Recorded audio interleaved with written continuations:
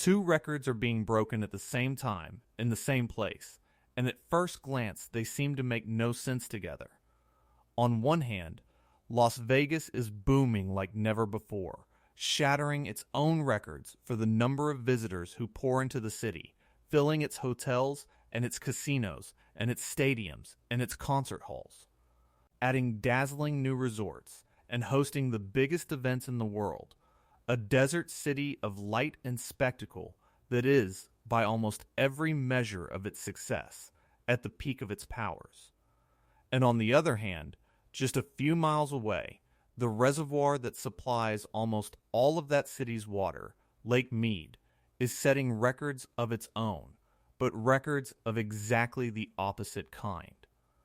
Sinking to the lowest levels it has ever reached, its water dropping year after year, its famous white bathtub ring climbing higher up the canyon walls as the reservoir shrinks toward levels once thought unthinkable. A city setting records for abundance sits beside a lake setting records for scarcity. A place drawing millions more visitors sits beside a water source with millions fewer acre-feet. And the obvious question, the one that makes this such a striking and confusing story, is how both of these things can possibly be true at once. How a desert city can be thriving more than ever, while the water that keeps it alive is dying more than ever. How the lights can keep getting brighter, while the lake keeps getting lower. That is the puzzle, and the answer to it is far more interesting and far more instructive than the simple contradiction it appears to be. Before we dig into that puzzle, a quick and honest word, because a lot of people watch these all the way to the end and forget to do the one thing that actually helps. If you want the real story behind these numbers, the truth rather than the hype, hit subscribe. It is free, it takes a second, and it is the only way to make sure the next one reaches you. This is one of those stories where the obvious answer is wrong and the real one is fascinating. So subscribe, stick with me, and now let us begin. Let us start by laying out just how extreme both of these records actually are. Because the contrast is genuinely stunning when you see the two trends side by side. Las Vegas has become one of the great destinations on the planet, drawing tens of millions of visitors every year, and in its best years pushing that number to new heights, a torrent of tourists arriving to gamble and to see the shows and to attend the enormous conventions and, increasingly, to watch world-class sports and spectacles that the city never used to host. The skyline keeps growing, new mega resorts rising along the famous strip, each one grander than the last, and the city has reinvented itself again and again, adding professional sports teams and hosting championship events and building astonishing new venues that draw the eyes of the world. By the measures that matter to a tourism economy, Las Vegas is not just succeeding, it is breaking its own ceiling, welcoming more people and generating more spectacle than at any point in its history, a city that seems to defy every limit. And all of this is happening in the middle of one of the harshest deserts in North America, a place that receives almost no rainfall, that has no significant water of its own, that exists as a great city only because it reaches out to a distant river for the water that makes its improbable life possible. And that river and the reservoir that stores its water is where the second record lives, the dark twin of the first. Lake Mead, the vast reservoir held behind the Hoover Dam, the single source that supplies the overwhelming majority of the water for Las Vegas and the surrounding region, has been falling for years, drained by a combination of relentless drought and chronic overuse across the entire Colorado River system, until it has dropped to the lowest levels since it was first filled nearly a century ago. The reservoir now sits at a small fraction of its full capacity, its surface more than 100 feet below where it stands when full, the pale mineral ring around its shores, marking how far the water has retreated like a high water mark from a vanished era. Boats that once floated now sit stranded on dry ground. Old wrecks and long submerged objects have emerged from the receding water. And the reservoir that was built to guarantee the region's water for generations is a diminished shadow of what it once was, still falling, still setting new record lows, still shrinking toward levels that raise genuine alarm about the future of the entire system. So there it is, the full paradox laid bare, a city at its all-time peak of visitors and spectacle drinking from a reservoir at its all-time low of water. Two records moving in opposite directions at the same moment, in the same desert, bound to each other by a pipeline and a dam. Here is where you can help me, because it takes 1 second and it genuinely matters. If you have ever been to Las Vegas, walked the Strip, seen the fountains, or if you live anywhere the Colorado River reaches, drop a comment and tell me where you are watching from. I read them, and knowing who this is reaching tells me how far this story is spreading and who most needs to understand it. It costs you nothing, and it helps more than you would think. So how can both records be true? How can a city keep growing while its water keeps shrinking? The lazy answer, the one that fits the dramatic headline, is that Las Vegas is a reckless, wasteful city partying on the edge of catastrophe, drinking itself dry, ignoring the crisis right up until the moment the taps run empty. It is a satisfying story, the image of the sinful city of excess about to be punished for its hubris by the desert it defied. But it is wrong, and the truth is almost the opposite, because the real explanation for how these two records can coexist is not recklessness, but one of the most remarkable stories of water conservation and adaptation anywhere in the modern world. Las Vegas has not kept growing while ignoring its shrinking water. It has kept growing precisely because it confronted its shrinking water head-on, decades ago, and transformed itself into arguably the most water-efficient major desert city on the planet, decoupling its growth from its water use in a way that few places have ever managed. The reason the lights can keep getting brighter while the lake keeps getting lower is not that Las Vegas is ignoring the crisis. It is that Las Vegas saw the crisis coming and re-engineered its entire relationship with water to survive it, and understanding how it did that is the key to resolving the whole paradox. If this is already flipping the story you expected on its head, do me two quick favors that genuinely keep a channel like this alive. Tap the like button so more people find the real explanation instead of the lazy one. And more importantly, share this with someone in your own family. Someone who has been to Vegas and marveled at the fountains and the pools and never once wondered where the water comes from, because this might genuinely open their eyes. That one share could reach exactly the person who needs to understand it, and it costs you nothing. A like and a share with your family, and then we keep going, because the details of how Vegas pulled this off are genuinely surprising. It is worth appreciating just how far the city's reinvention has gone in recent years, because the visitor records are not being set by the old Las Vegas of gambling alone, but by a city that has transformed itself into a global capital of live spectacle. It has become a major sports city, home to professional teams that fill enormous new arenas and stadiums, drawing fans from across the country to a place that had no major league presence at all a short time ago. It has hosted championship events on the grandest scale, the kind of marquee spectacles that command the attention of the entire world and pour hundreds of thousands of visitors into the city over a single weekend. It has built astonishing new venues, immersive spheres of light and sound, and enormous entertainment complexes that are destinations in their own right, drawing people who would never have come for the casinos. New mega resorts have risen along the Strip, adding tens of thousands of rooms, each one a small city of its own. The result is a city that keeps finding new reasons for people to come, new spectacles to draw new crowds, reinventing itself again and again so that the visitor numbers keep climbing to new records year after year. This relentless reinvention is the engine of the first record, the reason the crowds keep growing, and it is happening at full throttle, with no sign of slowing. In a city that seems determined to keep breaking its own ceiling, no matter how many times it has already done so.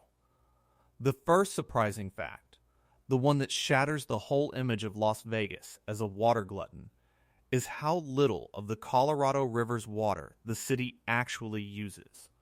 When people picture Las Vegas and water, they picture the enormous fountains dancing in front of the great resorts. The swimming pools, the artificial lakes, the lush golf courses, and they assume that a city built on such spectacle must be pouring water into the desert on a colossal scale. But the reality is that Las Vegas and the surrounding region use a strikingly small share of the Colorado River, a tiny slice of the total, far less than the great agricultural regions, and even less than many people would ever guess. The entire state's allocation of the river is modest compared to its neighbors, and the city has learned to do an enormous amount with that small share. The fountains and the pools that symbolize the city's excess are, it turns out, a trivial fraction of its water use, and many of them are supplied by recycled or non-drinking water rather than the precious drinking supply. The image of Las Vegas as the great water waster of the desert is quite simply a myth. And the truth is that the city runs its entire dazzling operation on a remarkably small portion of the river, which is the first piece of how it can keep growing even as the reservoir falls. To understand why the city's small share matters so much, you have to understand the strange geography of how the Colorado River was divided, because Nevada came out of that division with one of the smallest allocations of any state on the river. When the river was carved up long ago, Nevada was a sparsely populated place that no one imagined would ever host a great city in its southern desert, and so it was granted only a tiny portion of the water, a fraction of what its larger and more agricultural neighbors received. For decades, this hardly mattered, because there was no great city there to need the water. But then, Las Vegas exploded into one of the fastest growing metropolitan areas in the country, a city of millions rising in a corner of the desert that had been allotted almost none of the river. And suddenly, Nevada found itself in the peculiar position of hosting an enormous, thirsty, world-famous city on one of the smallest water allocations on the entire system. This is part of why the city became so obsessed with efficiency, because it had no choice, because its tiny allocation left it no room for waste, forcing it to squeeze every possible use out of its small share in a way that its neighbors with larger allocations never had to. The constraint that could have strangled the city in its cradle instead became the mother of its ingenuity, driving it to pioneer the conservation and recycling that now allow it to thrive on so little, so that the very smallness of its share helped make it the most efficient user on the river. The second and most important fact is the distinction between the water a city takes and the water a city actually consumes, because this distinction is the heart of the entire conservation miracle. When Las Vegas draws water from Lake Mead, it does not simply use that water and lose it forever. A large portion of the water used indoors, in the sinks and showers and toilets of the homes and hotels and casinos, is captured after use, treated to a high standard, and returned to Lake Mead, where it can be used again, and where returning it earns the region credits that allow it to draw a corresponding amount more. This is the concept of return flow credits, and it transforms the arithmetic of the city's water use entirely. Because it means that the water Las Vegas actually consumes, the water that leaves the system and does not come back, is only the portion that is used outdoors and evaporates or soaks into the ground, the water on the lawns and the landscaping, and the golf courses, while nearly all of the indoor water is recycled back to the reservoir and effectively reused. So the city's true consumption, its net draw on the river, is far smaller than the gross amount it takes in, because so much of what it takes is given back. This is why the fountains and the pools matter so little, and why the real target of the city's conservation efforts has been not indoor use, which largely returns, but outdoor use, the water that is genuinely lost. And above all, the single greatest outdoor water waster of all, grass.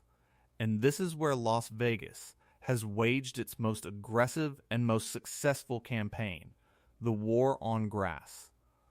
Because grass in the desert, purely ornamental grass that no one ever walks on, is the great consumer of water that does not come back.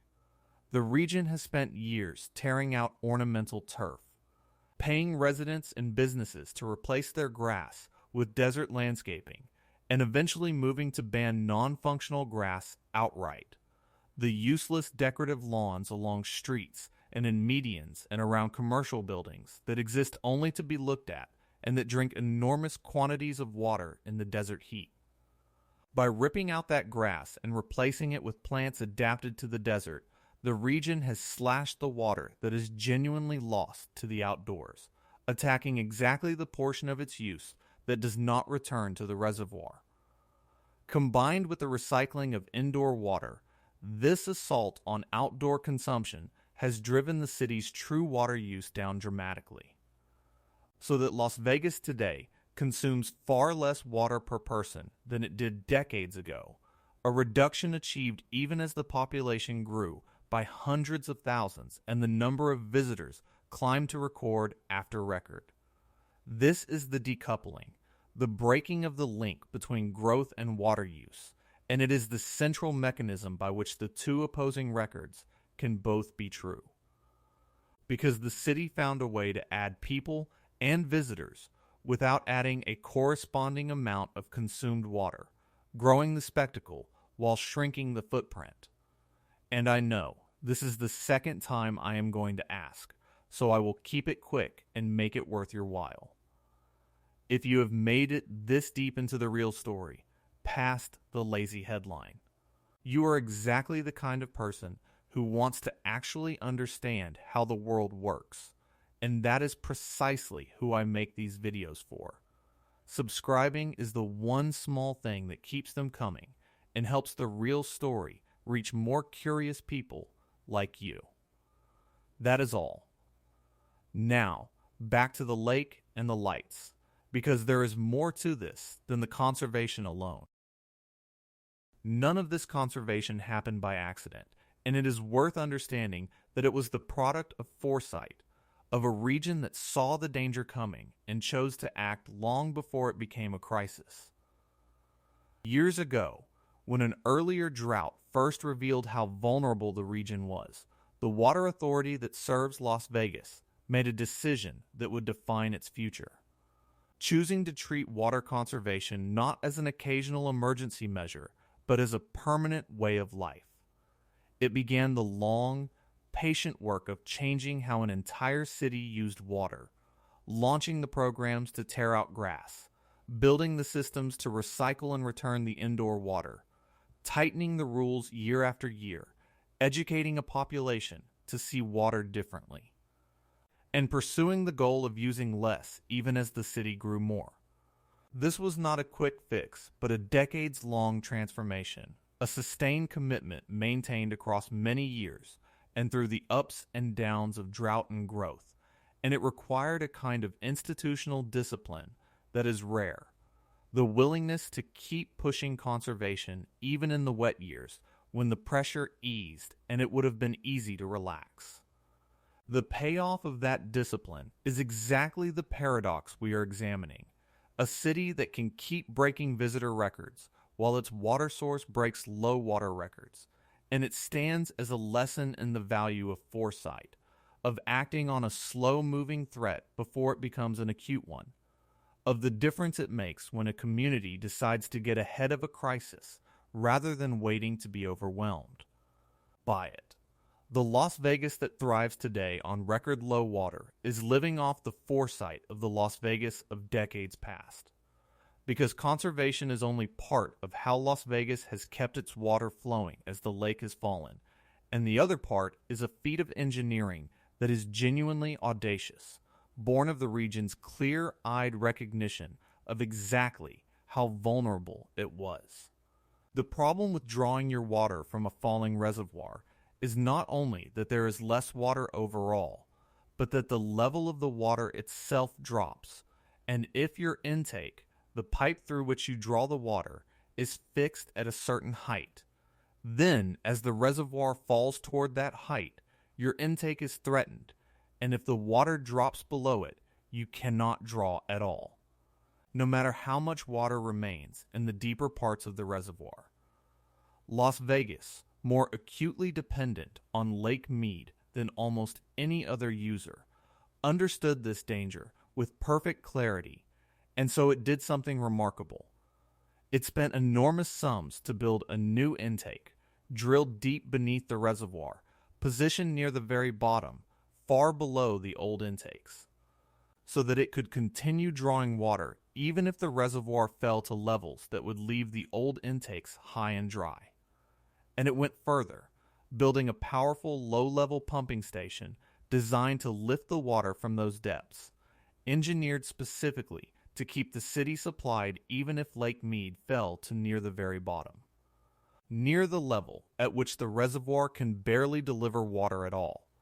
In effect, the city built itself a straw that reaches almost to the bottom of the glass, ensuring that it can keep drinking even as the water disappears around it, a preparation for a worst case that once seemed unthinkable and now seems increasingly prudent. The numbers behind this decoupling are genuinely startling when you lay them out. Over the same span of years in which the region added hundreds of thousands of new residents and climbed to record after record of annual visitors, its total consumption of Colorado River water actually went down rather than up. A reduction achieved in absolute terms even as the city grew dramatically larger. The amount of water used per person fell by a large fraction, so steeply that the growing population and the swelling crowds could be accommodated within a shrinking total, the gains in efficiency outrunning the growth in demand. Think about how counterintuitive that is. A city adding people and visitors year after year while using less water overall. Breaking the link that everyone assumes is unbreakable, the link between more people and more consumption. This is the statistical heart of the whole paradox, the hard evidence that the two records are not in conflict, because the very period that produced the record crowds also produced a decline in water use, the two trends achieved together through the deliberate, sustained effort to wring more life out of every drop. When people say Las Vegas is growing while its water source shrinks, this is what makes it possible. Not magic and not denial, but a measurable, documented decoupling of growth from consumption. One of the most successful such efforts any major city has ever accomplished. So now the paradox begins to resolve, and you can see how both records can be true at once, without any contradiction at all. Las Vegas keeps setting records for visitors because it has built a spectacular, world-class tourism economy in the desert, and it can keep doing so even as Lake Mead falls, because it has made itself extraordinarily efficient with water. Using a small share of the river to begin with, recycling nearly all of its indoor water back to the reservoir, waging a relentless war on the outdoor grass that actually consumes water, and engineering its intakes to keep drawing even from a nearly empty lake. The city grew its spectacle while shrinking its footprint, decoupled its success from its consumption. and prepared its infrastructure for the falling water, so that the record crowds and the record low water are not a contradiction, but the two sides of a single, deliberate strategy. A city that chose to thrive within its shrinking means rather than be destroyed by them. The lights keep getting brighter and the lake keeps getting lower, and both can be true.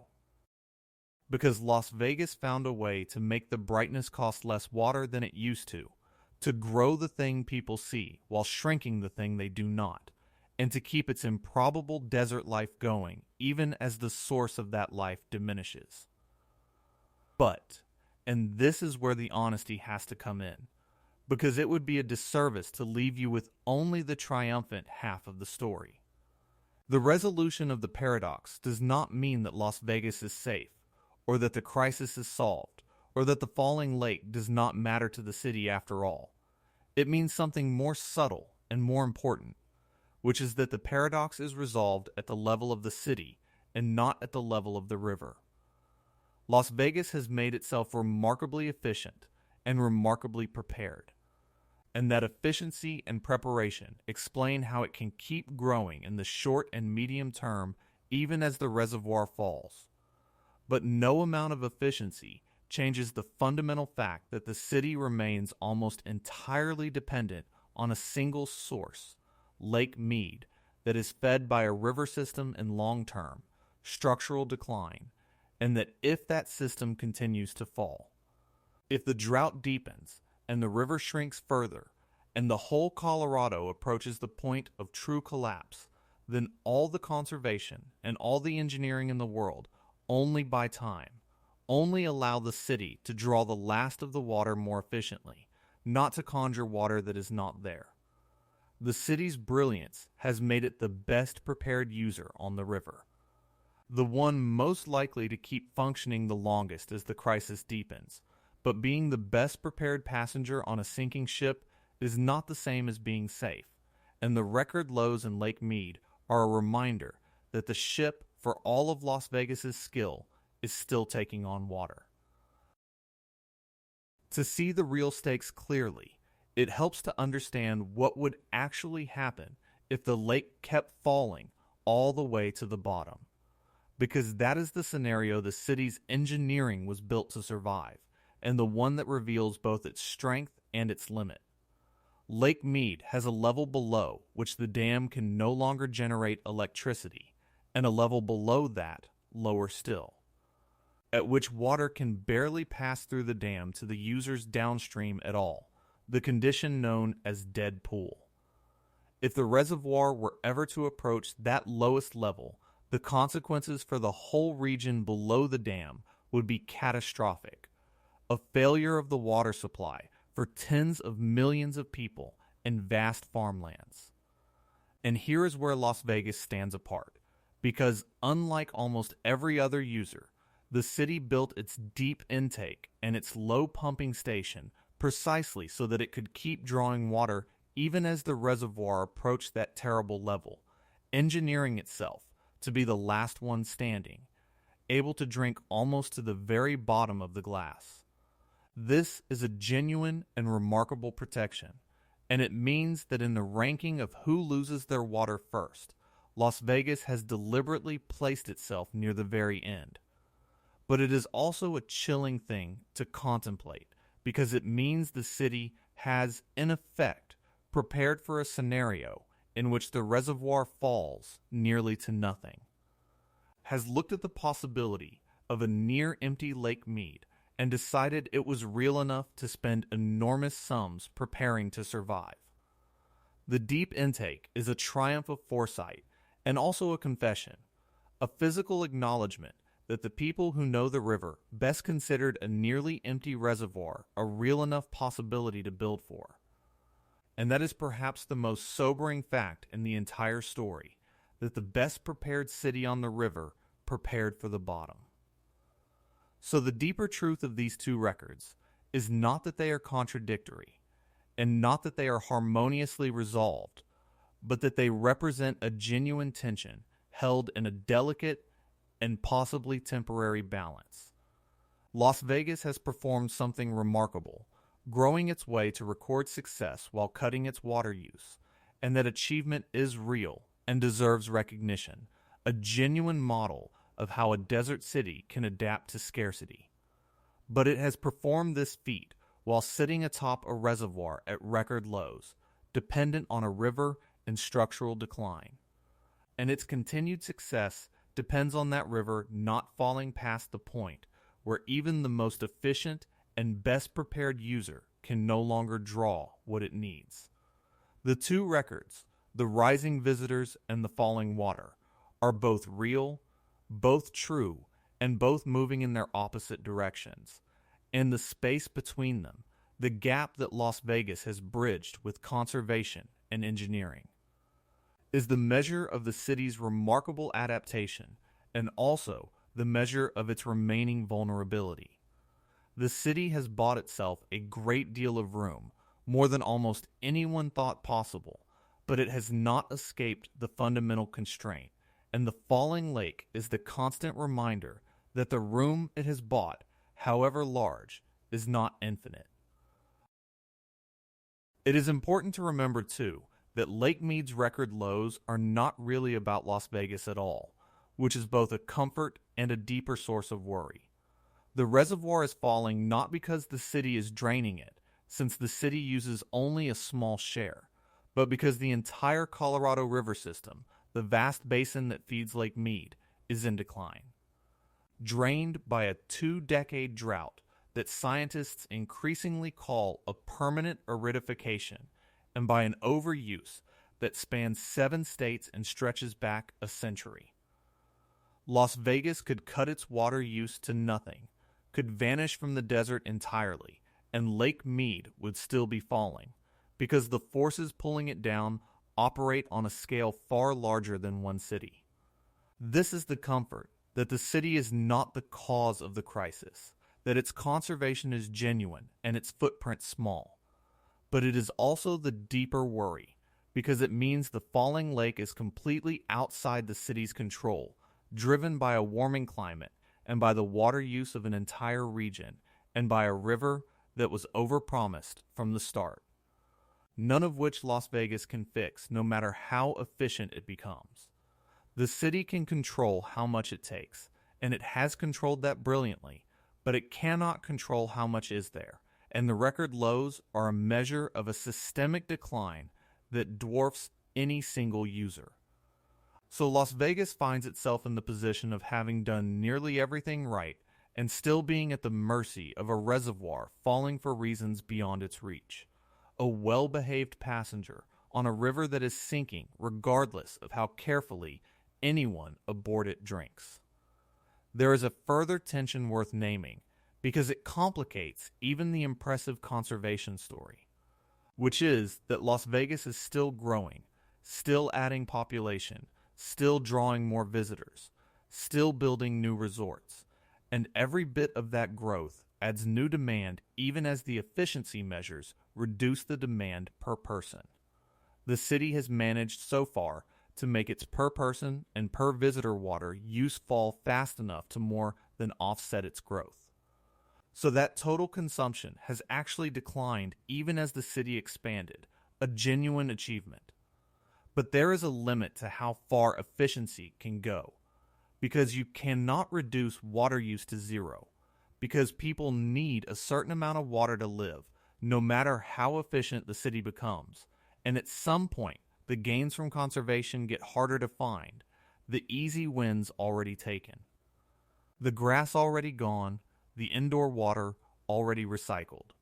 And if the city keeps growing past that point, adding people and demand while the efficiency gains slow and the reservoir keeps falling, then the delicate balance could tip, the growing demand outrunning the shrinking supply and the slowing conservation, and the two records that have so far coexisted could finally come into genuine conflict.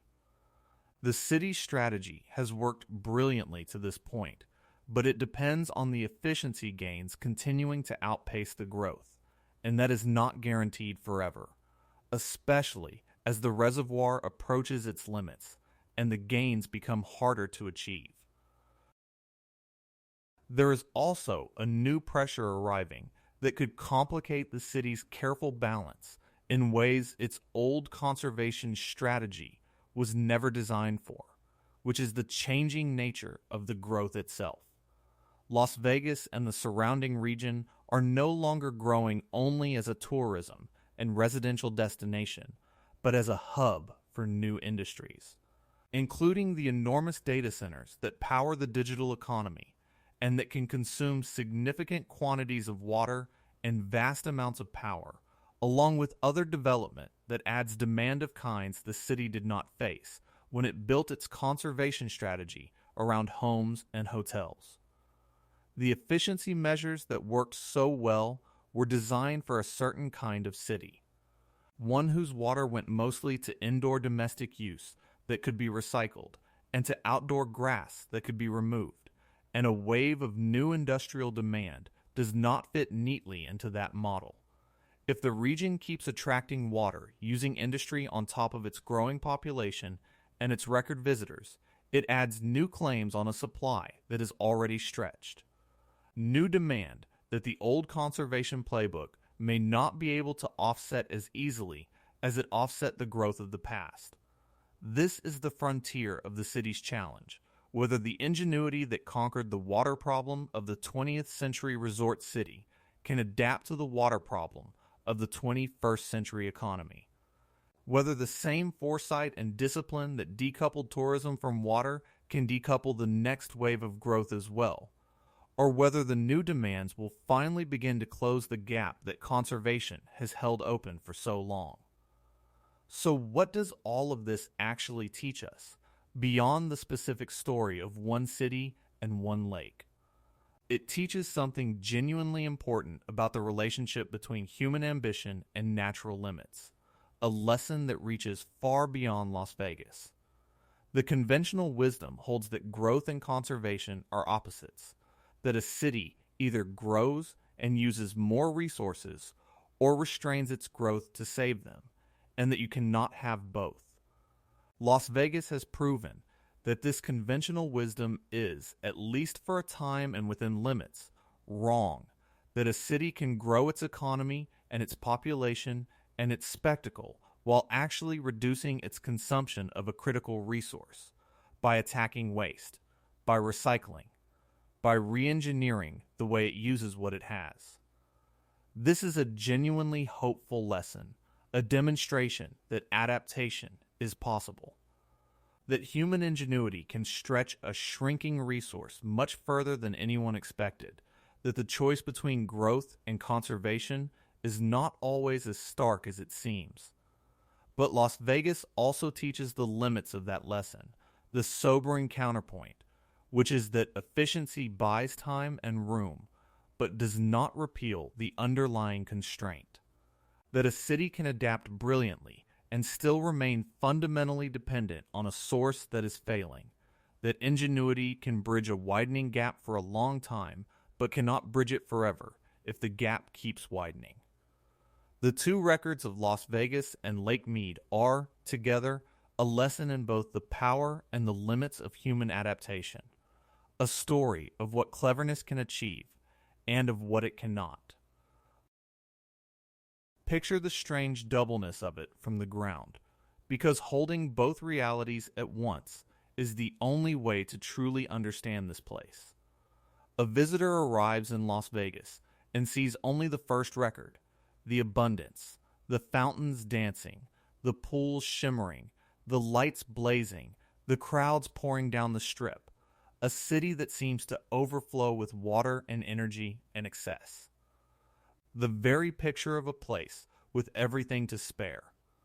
That same visitor could drive a short distance out of the city to the shore of Lake Mead and see the second record with their own eyes, the vast pale ring of bare rock rising high above the shrunken water, the boat ramps ending in dry ground, the reservoir pulled back into its deepening canyons, the unmistakable evidence of a water source in serious decline.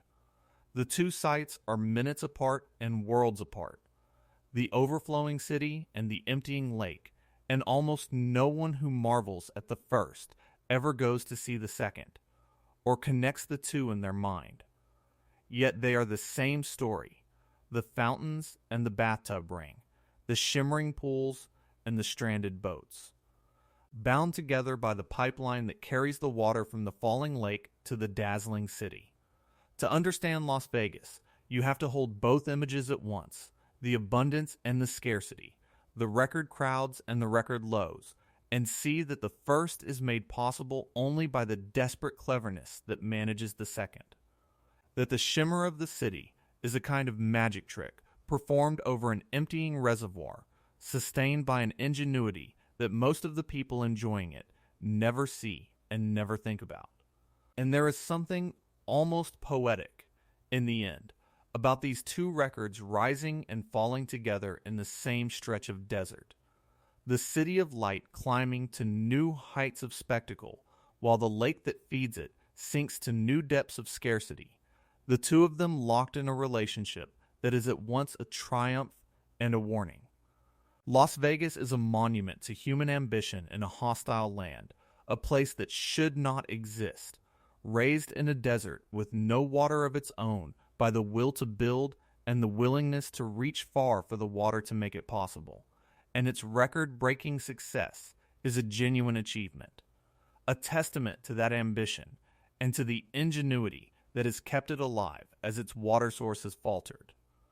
But Lake Mead, falling year after year to new record lows just beyond the glow of the Strip, is the shadow beneath that achievement, the reminder that the ambition rests on a foundation that is eroding, that the spectacle is sustained by a source that is shrinking, that the whole improbable enterprise, for all its brilliance, is a bet on a river that is not keeping up. The lights and the lake, the abundance and the scarcity, the record crowds and the record lows, are the two faces of a single story. The story of a civilization that learned to thrive in a place that could not naturally support it, and that must now discover whether its cleverness can outlast the decline of the water it depends on. The lesson of Las Vegas is one that other desert cities, and eventually the wider world, will need to learn, because the challenge it has faced is coming from many more places than one. Across the arid West and around the globe, cities are growing in dry regions, drawing on shrinking water supplies, facing the same fundamental tension between their ambition and the limits of their water. Most of them have not confronted that tension with anything like the urgency and ingenuity that Las Vegas brought to it, in part because most of them were not forced to, having larger water allocations and more room to be wasteful, the very comfort that has left them less prepared. Las Vegas, cursed with a tiny share of the river and blessed by the foresight to take that curse seriously, became a laboratory for how a desert city can adapt, and its methods, the recycling, the war on grass, the relentless efficiency, the deep engineering, are a template that others are beginning to study and adopt as their own water supplies tighten. In this sense, the city is not only a spectacle, but a teacher, demonstrating what is possible and also what is not, showing that a desert city can stretch its water remarkably far, while also showing that even the most brilliant stretching runs up against the hard limit of a source in decline. The rest of the dry world is now beginning to face the situation Las Vegas faced decades ago, and how those places respond, whether they show the same foresight or wait until the crisis is upon them, will shape the future of dryland civilization far beyond one glittering city in the Nevada desert. So the next time you see the images of Las Vegas breaking its records, the crowds and the new resorts and the dazzling events, and the next time you see the images of Lake Mead breaking its own, the bathtub ring and the stranded boats and the shrinking water, hold the two of them together in your mind, because they belong together. Two records that seem to contradict each other and in truth explain each other. The city thrives on record low water because it learned, better than almost anywhere, to make a little water go a very long way, and the lake keeps falling because the river that feeds it is in a decline that no city's cleverness can reverse. The gap between the rising lights and the falling water is the space that human ingenuity has filled, and the question that hangs over the whole desert, the question that the two records together are really asking, is how long that ingenuity can keep filling a gap that keeps growing wider. Las Vegas has answered, so far, better than anyone expected, thriving while its water fails. Breaking records for abundance beside a lake, breaking records for scarcity. But the lake is still falling, and the river is still shrinking, and the most brilliant adaptation in the world is still, in the end, a race against a source that is running out. A race that Las Vegas is winning for now. In the most improbable city, in the most improbable place. Under the brightest lights in the driest desert, beside the falling water that made it all possible, and that will, one way or another, determine how the story ends. And so the two records will go on for now. The lights climbing and the water falling. The most improbable city on earth thriving in defiance of the desert that surrounds it. A triumph and a warning written together in neon and in the pale ring around a shrinking lake, waiting to see which of the two records the future belongs to.